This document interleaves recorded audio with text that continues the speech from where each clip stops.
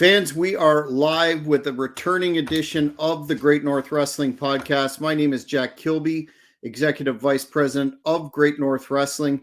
And tonight I have a really interesting guest, a man who has had a multifaceted career within the professional wrestling business, from production, creative, and now his role as announcer for both MLW and AAA. Like to welcome Joe Dombrowski to the podcast. Sir, how are you tonight? I'm doing great. Happy to be here. Another weekend doing what I love, and I get to share it with you and all your viewers and listeners. So I just appreciate the platform. Thanks for having me.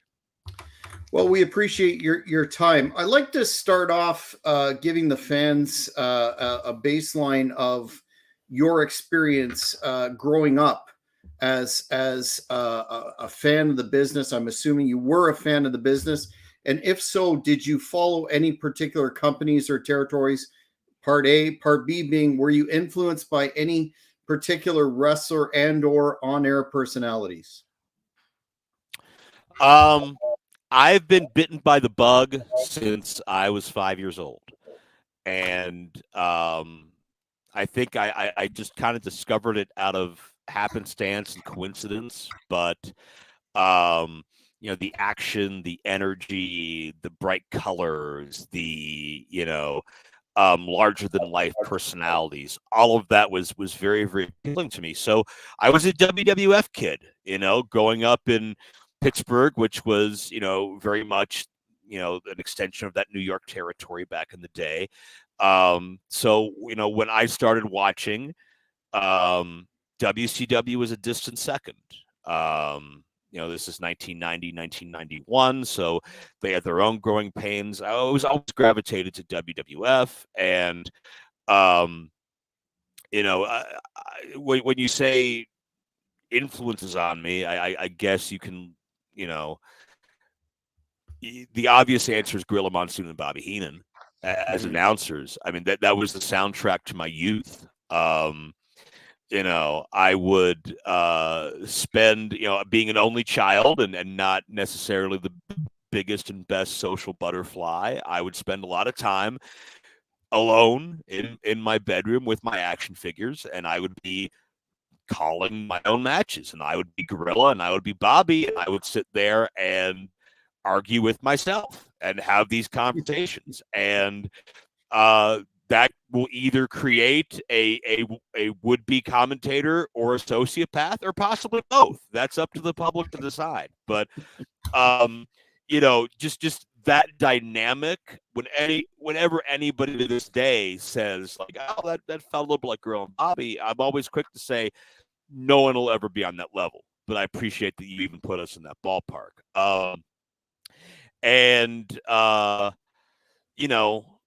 Vince and Jesse. This is not an answer a Pittsburgh kid would give you very much, but Lance Russell.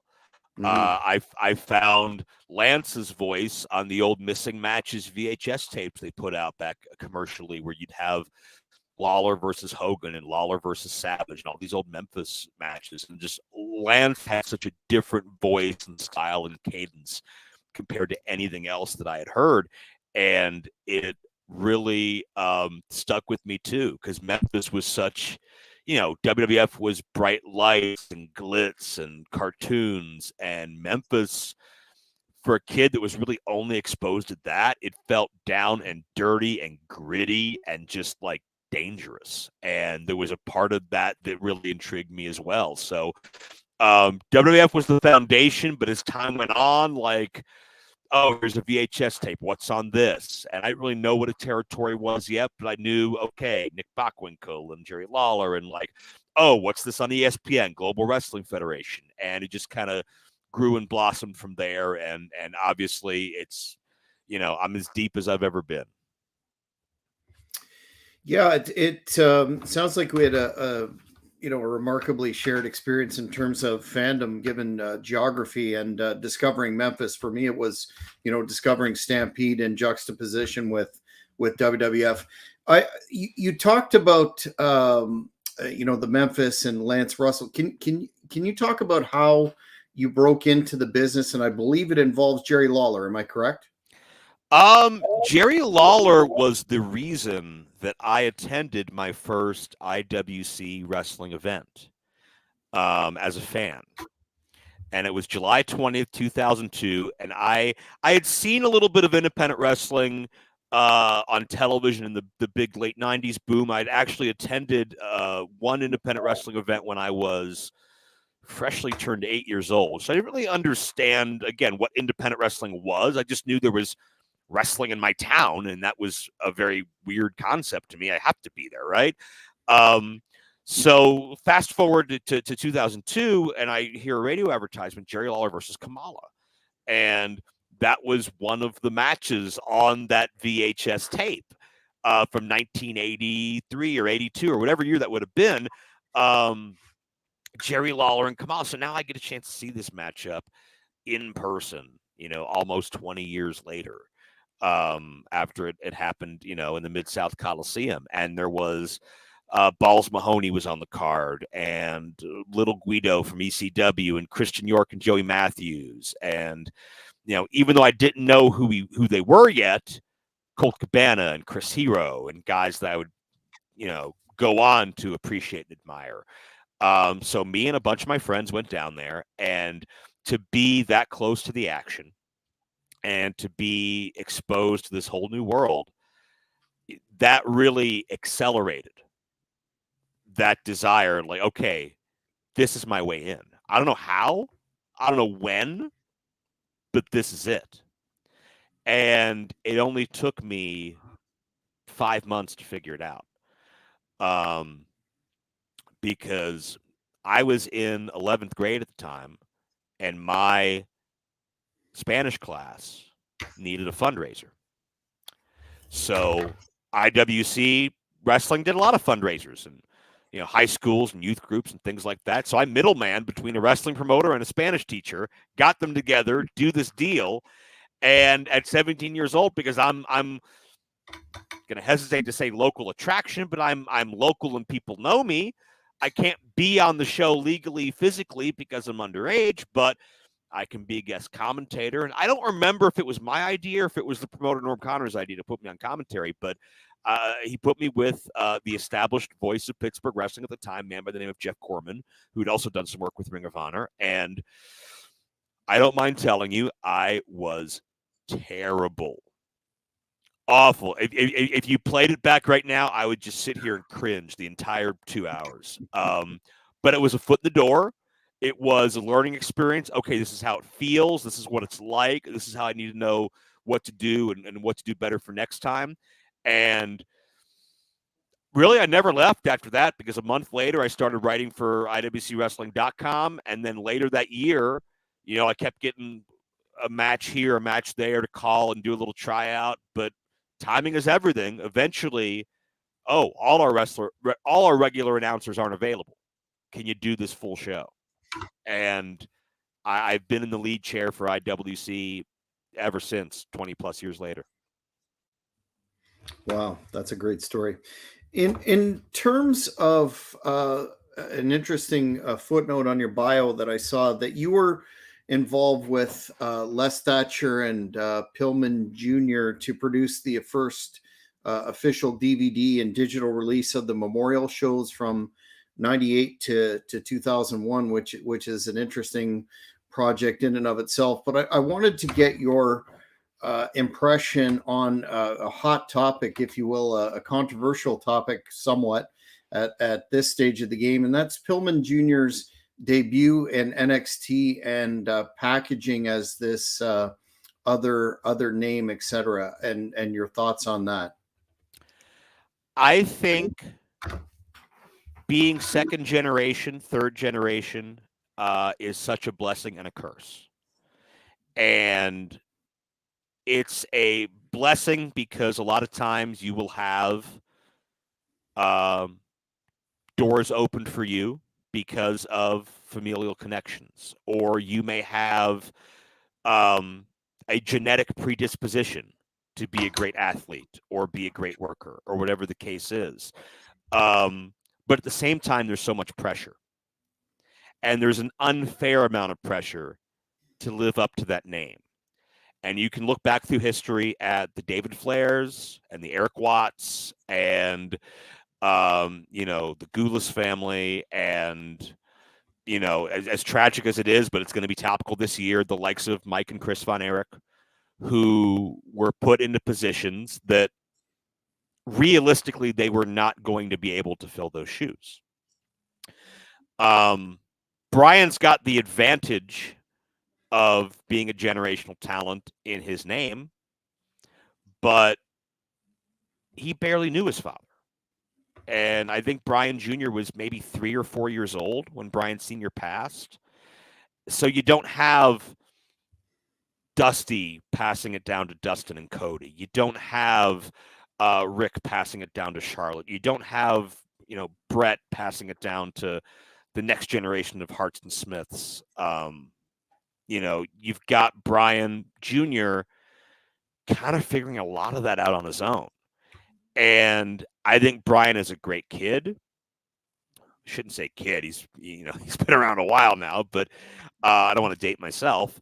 But he's a great talent, and I know he wants this. But I think the WWE machine is going to help reel him in and give him the focus that he needs. Because in this business with his last name, everybody wants to be your friend and everybody wants something from you. And he's had to navigate those waters that people like me haven't. Because I had the fortune of being anonymous until I worked my way out of it. And depending on who you ask, maybe I'm still anonymous. And that's okay. That means there's more work to be done. I could fail anonymously. I can make mistakes anonymously. Brian was compared to his dad before that was ever a fair thing to do. So while the historian in me hates to see the Pillman name go away, I understand why it's like that for the development of Brian Jr. long term.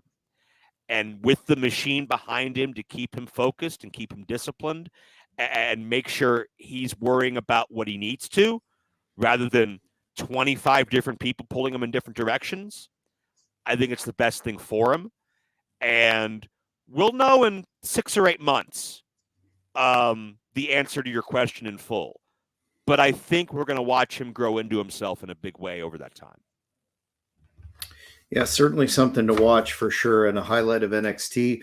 I wanted to ask you how you prepare for calling a match. Having done some commentary for GNW myself, it's an incredibly difficult job, and I have uber respect for professionals like yourself that make it seem so seamless. Do you have the approach that you want to know, aside from the finish? Do you want to know everything that's going on, or do you have a kind of a middle ground in there in terms of your technique and your prep? It's really a per case basis because I'm not the type that's going to try to force information out of somebody, but at the same time, I don't want to be completely in the dark because as long as I know where we've been and where we want to go, more often than not, I can steer the ship, I don't need to know if wrestler X is beating wrestler Y, but I do need to know why he wants to and what that would mean if he does. As long as I'm in tune with that, the rest doesn't really matter. Like if a wrestler will come up to me and say, tonight, here's the 6 moves I want to hit. Okay. Doesn't help me. Thank you for sharing. If there's a special name, then please tell me. But I don't need A, B, C, D, E, because I'm not there to just recite moves. I'm there to give the broad strokes and give the story behind the story. Most of my prep work is done in solitude, alone. I like to rewatch the last show the night before the next show, so it's fresh on my mind. And I'm almost prepping off of myself because okay, here's the point I made last time. Here's the big story last time. This time's the next chapter. And I always make sure to talk to talent. What are they doing? Do they have a new move? Do they have a new direction? All those things are important. And to be able to combine those two elements together, where everything's fresh on my mind, I know where we want to go, and now I'm just driving the car, and I got to get us from one point to the other. That's how I prefer it. I don't always get to do it that way if I'm in a new territory, or if I don't have access to footage, or if I get in late and I can't get to talk talent. Then sometimes you're just winging it. You're just kind of going on feel and instinct. But best case scenario, we're all a team, right? We're all working together for the greater good, which is entertaining the audience, drawing money, telling a story, whatever you want to decipher that as. But we all need each other. So the more we're all on that same page, the better. And I try to make sure to communicate with as many people as possible, so I get as many perspectives of that vision as I can. Have you ever had a talent come up to you, after viewing a broadcast and either, obviously get a lot of praise for your work, but have you ever had a talent come up to you or let you know that they weren't pleased with any way that you called something, and how did you handle that? Probably, yeah. I don't know that it's happened recently. But I know, I mean, with the amount of places I work and the amount of talent I work with, things are going to fall through the cracks. I'm going to miscall a move here or there, or misremember a fact, or whatever the case was.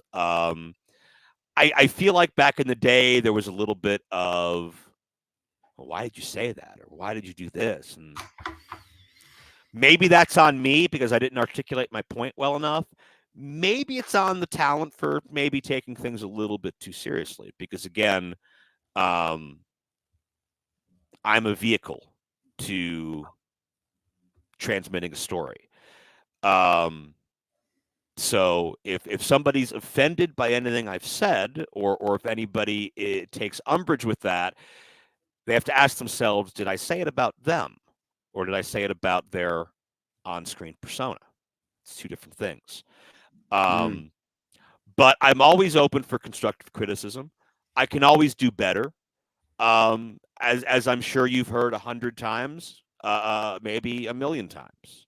When you stop learning, you should get out. So I'm not the same announcer I was a year ago. I don't think I'm the same human being I was a year ago. We're always learning and evolving and hopefully growing. But thankfully, I think I have a good enough relationship with a lot of the talent where they know they can come to me and they can say, like, hey, this is called this now. Or, hey, I don't use that nickname anymore. I've kind of evolved past that. Like, okay, stricken from the record. But it takes time to build up a trust factor like that, and that kind of relationship where there's a comfortability. So if I screw up, I'm sorry. How can I do better next time? That's all it is to it. But because it's not my story, it's everybody's going to have their own perspective of how it works. Now, it's my job to deliver it to the audience in a way that's going to make them care. Do I bat 1,000? No, nobody does. But I have more hits than misses, I hope. You touched on some great names of the past: Monsoon, Heenan, Lance Russell, Dave Brown. We can add Shivani in there, I think, and Soli, et cetera, et cetera.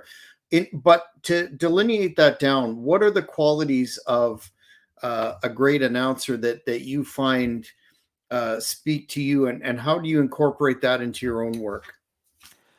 I think the best announcer is somebody that can deliver their points with energy, with enthusiasm, with a simplicity that if you've never watched this program before, they can draw you in and let you know why the person walking to the ring now as the most detestable human being that has ever existed, and why we want to see the other guy beat the hell out of him. They're there to enhance everything that we see. It's not just what's happening, it's why it's happening. It's how it's happening. One thing that I've carried over into some of the MMA stuff that I've broadcasted. And MMA is a completely different world than pro wrestling, but at its essence, it's the same thing because it is storytelling through physical combat. And whether the story is written down on a piece of paper or not, there's still a story. It's still a fighter looking for redemption. It's still, breaking a losing streak. It's whatever the case is. And in MMA, I am with a very technical nuts and bolts guy who knows all the terminology and knows all the strategy and can say, like, what he's got to do here, he's got to get to his side and swing his hips and do this and this and that. And then I'm the guy there to say, yeah, today's his mom's birthday too, so he's fighting with some extra purpose. You need both of that. You need to be able to break down the fight and explain why this hurts, because the person at home cannot relate to a half Boston crab, but they can relate to, having a cramp in your leg. It's the technical aspect, it's the emotional aspect, and it's knowing how to deliver that in a way that whether you have been watching since Luthez or if you've never heard of pro wrestling until today, I can hopefully make you care. Yeah, and along those same lines, how do you maintain, striking a balance between, the excitement, the energy of the product for the audience, and providing that insightful commentary that adds to advancing of angles and storylines, etc. That seems to me to be one of the most difficult aspects of effective announcing. So much of it's timing. Any good match is a roller coaster. There's ebb and flow. There is peak and valley. And you got to kind of learn to pick your spots. I use a lot of time in the entrances to kind of set the tone and give the backstory and create, hopefully, a big fight feel. And a lot of it from there is just it's feel. You're not going to tell the big origin story in the college football background when they're on the top rope ready to do the triple Lindy flip.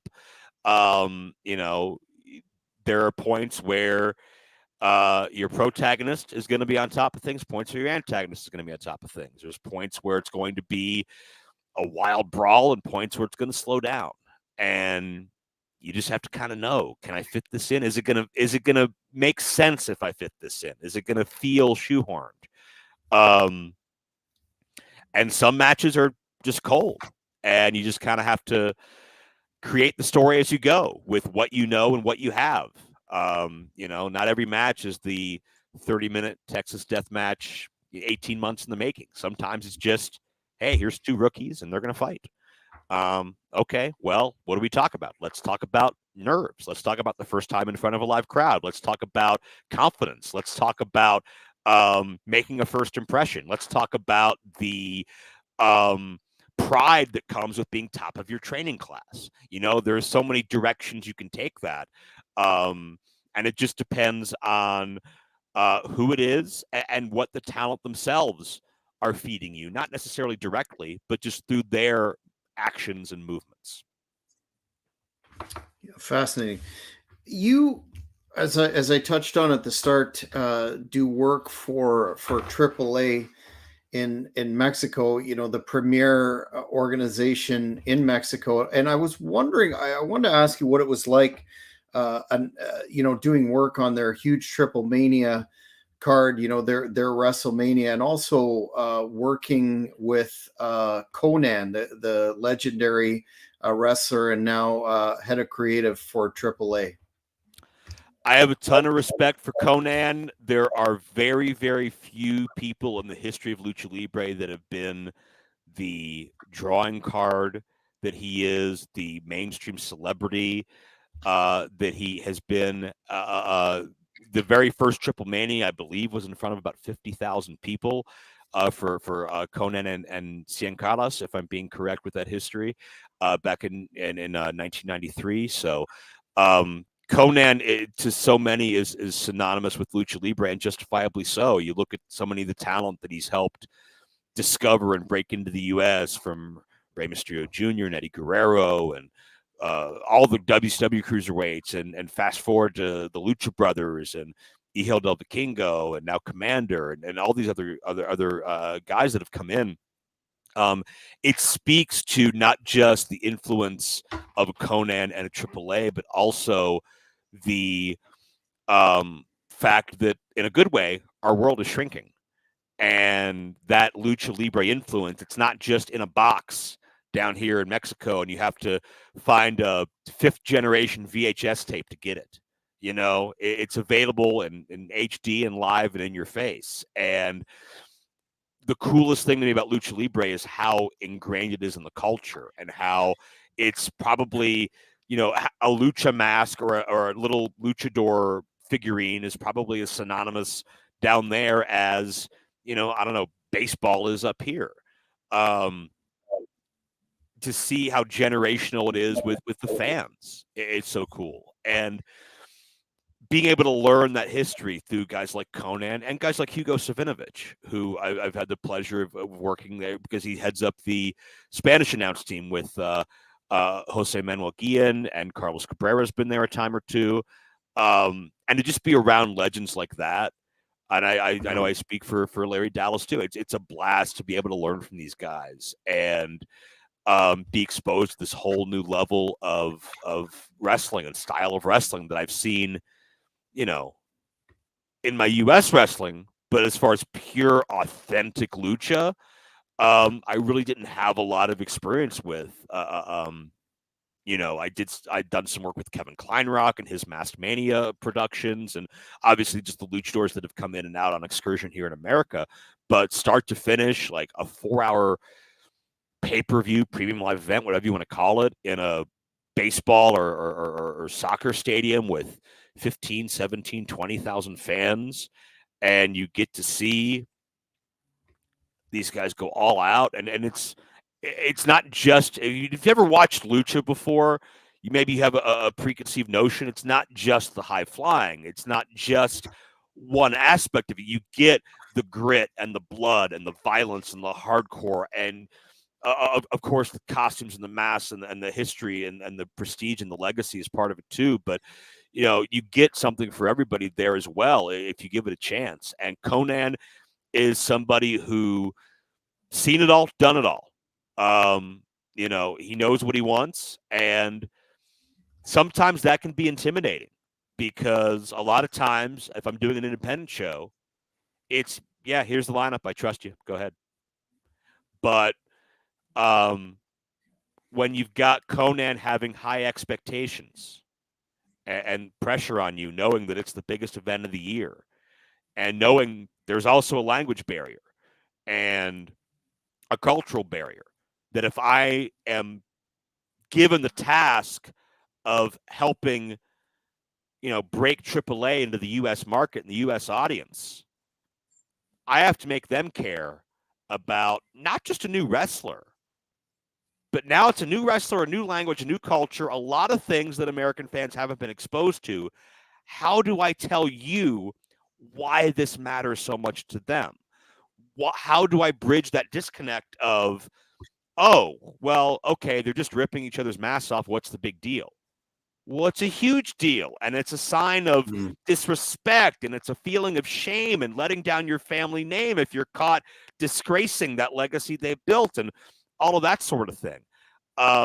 So I consider it, again, it's a challenge, but it's a challenge I'm more than up for, and I've had a blast doing AAA. Again, it's a roller coaster. It's live. Sometimes something's going to happen that you didn't know was coming.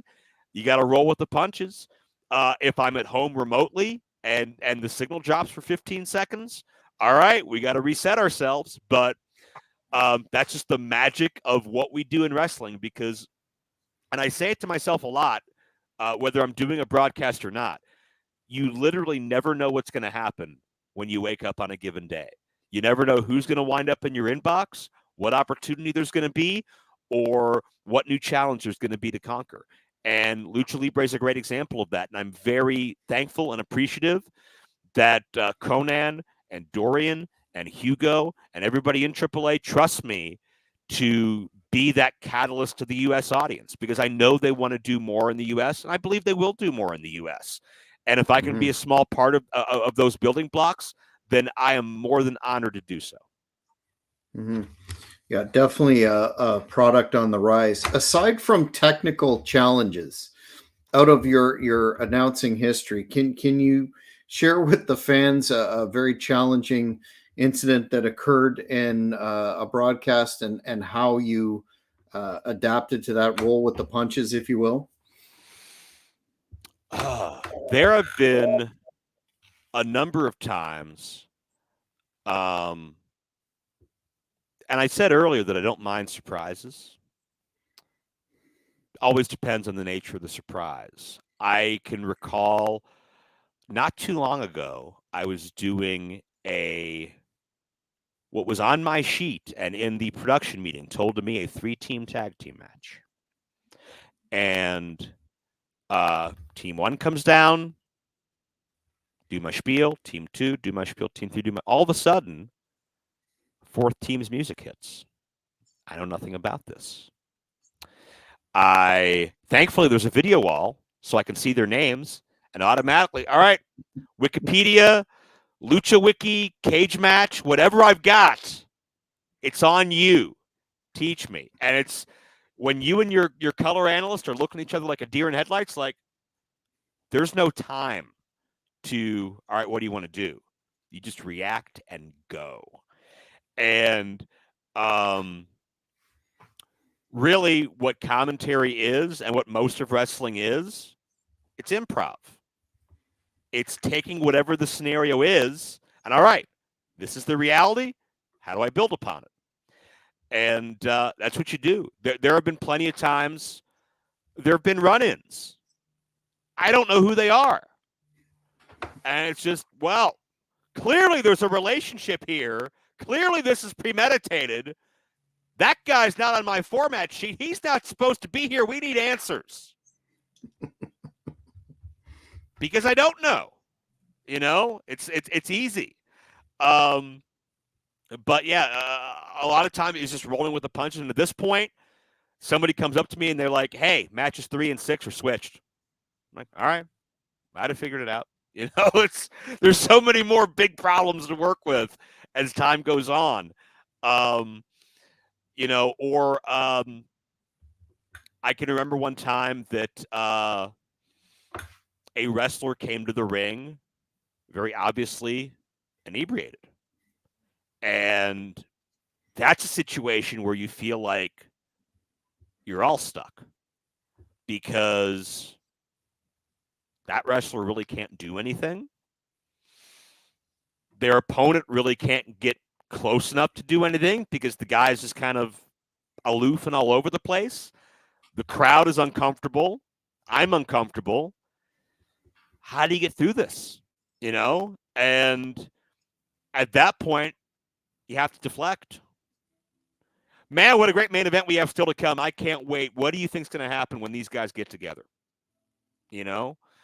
Or if it gets bad enough, you just have to own it. And, like, I think the pressure's gotten to him. I don't think he's come in preparation to compete. And you know what? He grabbed and it's over. And he pinned him. And let's just move on, you know? But it's roll with the punches. At the very first MLW Premium Live event this year, Timothy Thatcher had his bell rung on a, you know, he had a very aggressive match with Trey Sooms. It was a hell of a match, both total pros, but it's not ballet. Things happen. And Thatcher was had his bell rung to the point where he couldn't intelligently respond to the referee, and the match was called. And Stryker and I are on the air for a few minutes filling in for dead air. And what do we do? Okay, this is not the story we thought we were telling, but it's the story we're telling right now. So we're going to do it. And you know what? The referee did the right call, because you don't want heat on the referee. The fighter couldn't intelligently defend himself. Fighter safety is the most important. The referee had to stop the fight. It speaks to Tracy Williams, how aggressive and tough he is. It speaks to the toughness of Thatcher, that he's now getting up and leaving under his own power. That becomes the story. Own it, tell it to the best of your ability, and move on. And if there's damage control to be done later, there's always next time. Mm-hmm. Catch as catch can, if you will. In your own scheme of things, when looking at doing a commentary job wherever it is, how much emphasis do you put on yourself to do an exorbitant amount of research, moderate, etc., where you fall on that perspective, and also building rapport with which I guess your regular jobs would be more of a factor, but building rapport with the wrestlers to get their stories out there. Yeah, a lot of it's again on a per case basis, depending on how familiar I am with the talent and the surroundings. I feel like I could walk into IWC and arrive at 6:59, sit down at my desk at 7, go on the air, and be fine. Would it be my best performance? No. But I know so much of the history. I know so much of the talent on a professional and personal basis that that would come a little more natural to me compared to, all right, first time city, there's 25 talents back there. I've only met 6 of them. Let's unpeel the onion and see what we have here. So the level of preparation I do is directly indicative of what I already know and how comfortable I already am. But for a first time place, I always try to make sure, I have an understanding of who and what everybody is. And talent rapport, a lot of it comes down to how much they're able to give you. Because sometimes I give that question, and guys and girls will just paint a beautiful mosaic with their words. They know exactly who they are, what they are, why they're here, and why they feel the way they do, and they can give that to you like they've been rehearsing it all day. Then you get a lot of rookies who will look at me with the deer in headlights face and say, "Oh, about me? Nobody's ever asked me that before. I don't know." And then comes this game of chess where I am trying to pull information from someone that's maybe not sure what information I'm even looking for. And it's like, okay, tell me about your athletic background. Did you go to college?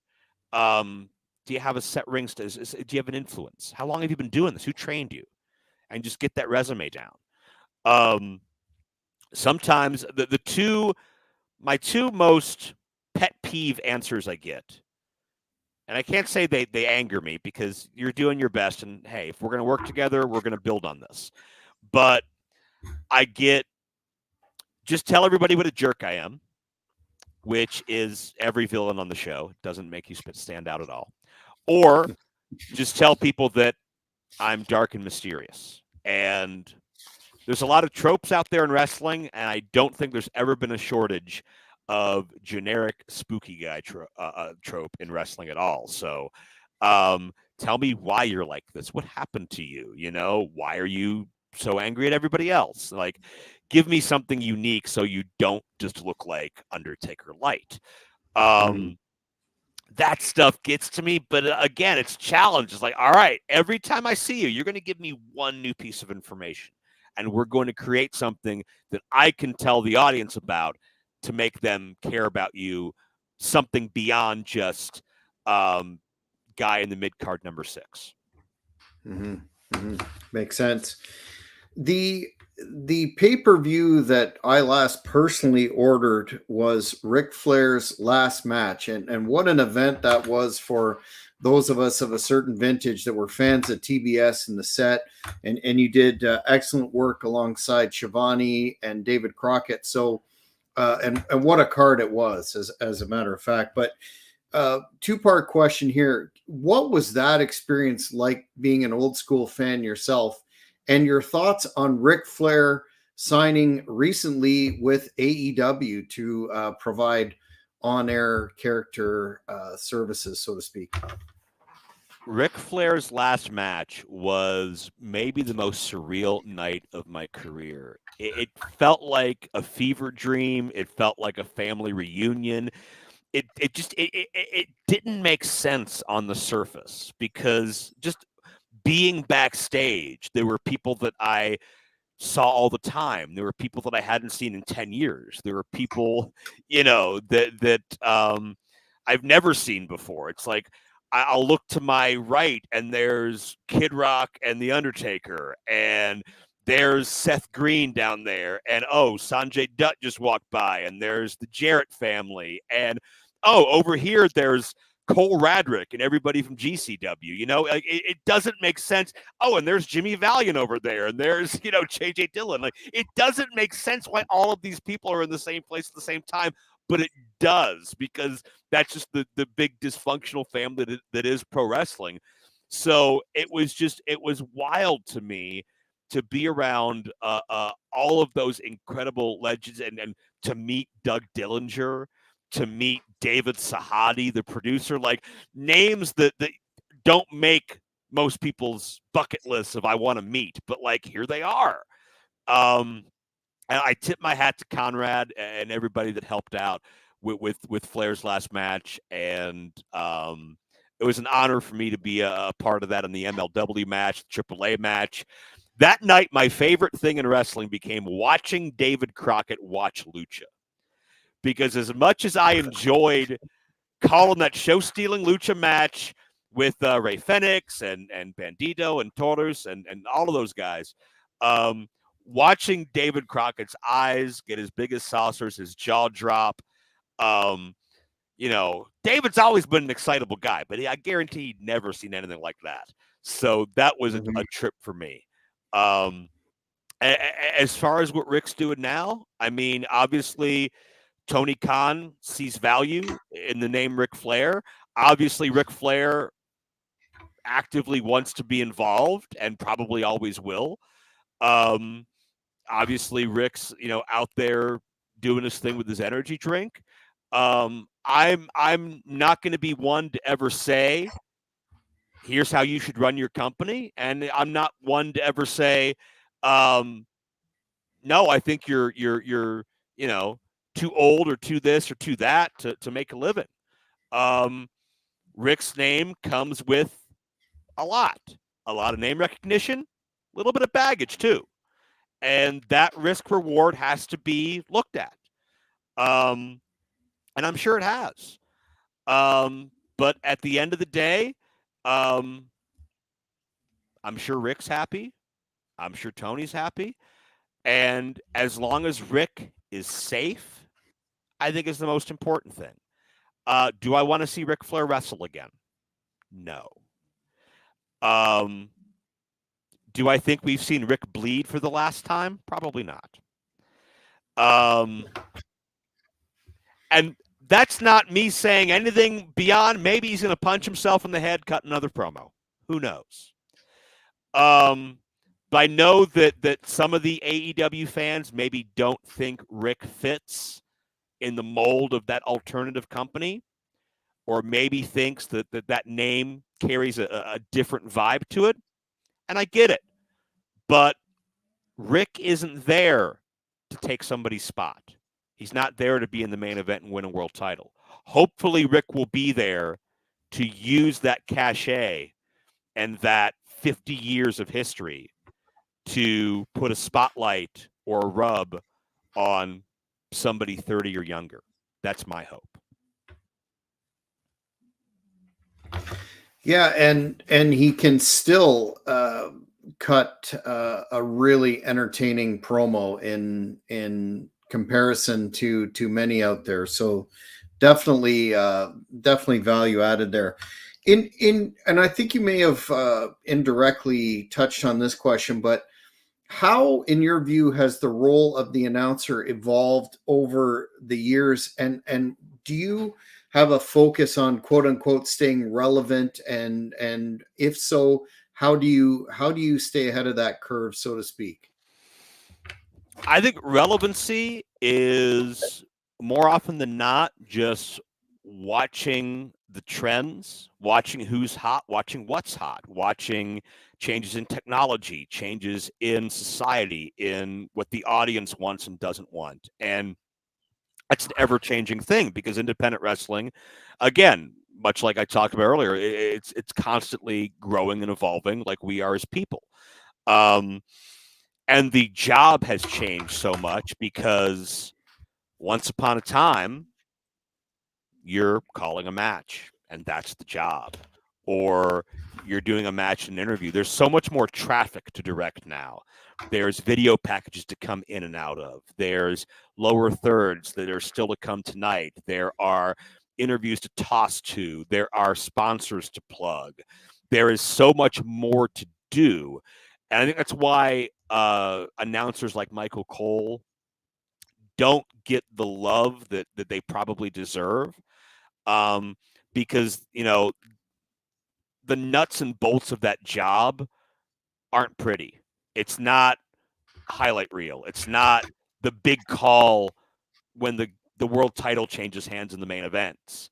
It's you need your timing down to get us in and out of these commercials, these sponsor reads. Oh, the network wants you to plug the show that's premiering this Tuesday and everything else. It's so much more than just calling a match. And the further up the ladder you get, the more gets thrown at you. And everywhere I've gone, it's been like another few puzzle pieces are in front of me to work on. So I'm enjoying being able to climb that ladder and experience those things, challenge by challenge. And it's no secret too. It's a young man's business.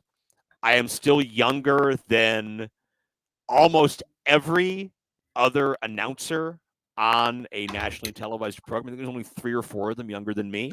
So if you ask me, I haven't hit my prime yet. There's a lot more I have to do out there. But you can't live in a cave. You have to know who's coming up, why people are resonating with them, and changes in like I said, technology, culture, society, your fan base. You have to speak to your audience. If my audience is 18 to 34, I'm not going to make a lot of Beatles references. If I'm doing a legend show, and I'm in rural North Carolina, and everybody watching is north of 60, I'm probably not going to quote Kanye West. I'm probably not going to quote Lizzo. I'm not going to do anything like that. You got to know your audience and know, what resonates with them. And that's just a part of being relevant no matter where you are, because something I could say to a crowd in New York City and have work might get met with crickets if I said it in South Carolina. In speaking of talents and great talents that MLW has presented, in recent years, wanted to ask you about the situation with Mr. Hammerstone, and his contract seems to be rather nebulous at this point in time. He's asking for his release and whatnot, and MLW weren't really, correct me if I'm wrong, using him for a while. Can you clarify for the fans that issue? Because I know a lot have been asking about him and maybe next steps for him in the business. Well, I know the last time I saw Hammerstone at an MLW event was July, I believe, for the Never Say Never Premium Live event. And anytime I've encountered him since then has just been on the independent level. But I mean that's the kind of the catch-22 of any kind of business arrangement, right? Is both sides want to protect their own investment. And in the mind of Hammerstone, I think it's probably a case of I'm on top of this mountain. What's next? What's left? For the case of MLW, it's all the time, the money, the television platform that have been invested into making Hammerstone one of, if not the face of MLW. And certainly you can add Jacob Batu and Alex Kane and, you know, Tom Lawler back on the scene now and Selena De La Renta back. There's a number of upper echelon you can look at, but Hammerstone was the world champion for a long amount of time. Before that, he was the openweight champion for a long amount of time. So I don't have any details of this is Hammerstone's side, this is MLW's side. Thankfully, I don't work in the office, and that's not my problem, and that's above my pay grade. But obviously, there's an impasse there, just based on the fact that, you know, what we've seen publicly. And all I can say is I hope the situation works out for the betterment of everybody. I would love to see something worked out where Hammerstone and MLW are both happy to continue their working relationship. I don't think this impasse does either side well, because neither side is getting the most out of that time invested in the other. So I hope that at some point, sooner than later, they can sit down. All right, what are your issues? What are your issues? How do we come to a way where we can do business amicably? And if we can't do business amicably, you know, how do we part ways where everybody feels fulfilled? I don't know, but I would hate to see that chapter end under uncertainty and under, you know, legal red tape or under contractual provision or whatever the case is. I hope that we see Hammerstone back in an MLW ring very, very soon. And I hope it's under terms that everybody's comfortable with. Now, finally, tonight, and I appreciate you've been very generous with your time. You've accomplished a lot, even though, as you indicated, you're younger than most, and you have more. You haven't hit your peak yet. What, all that notwithstanding, what advice would you provide to, you know, aspiring announcers that are looking to break into the business, especially in consideration of, you know, this ever-changing technological landscape that we're dealing with, online platforms, social media, etc.? Well, if you won't listen to my advice of run away, go to college, and never look back, which I'm half joking about, but honestly, it's obviously not glamorous. It's obviously not an easy life, even for somebody like me that's not taking bumps. The hardest part about it is building a name for yourself, to where it's not just I need a voice, it's I need that voice. And that has taken every day of these almost 21 years and still working at it. Because the issue is, I am never going to be responsible for selling one ticket. Now, there may be a few people that'll say, oh, if he's on the call, that's going to help convince me to buy this pay-per-view. But I'm never a draw. If I'm doing my job right, you're probably not consciously noticing me that much. You're noticing what I want you to. Referees the same way. Ring announcers the same way. Production the same way.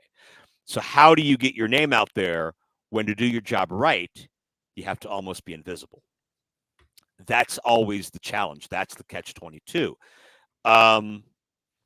So my advice would be take it seriously or don't do it, because this is not your stand-up comedy routine.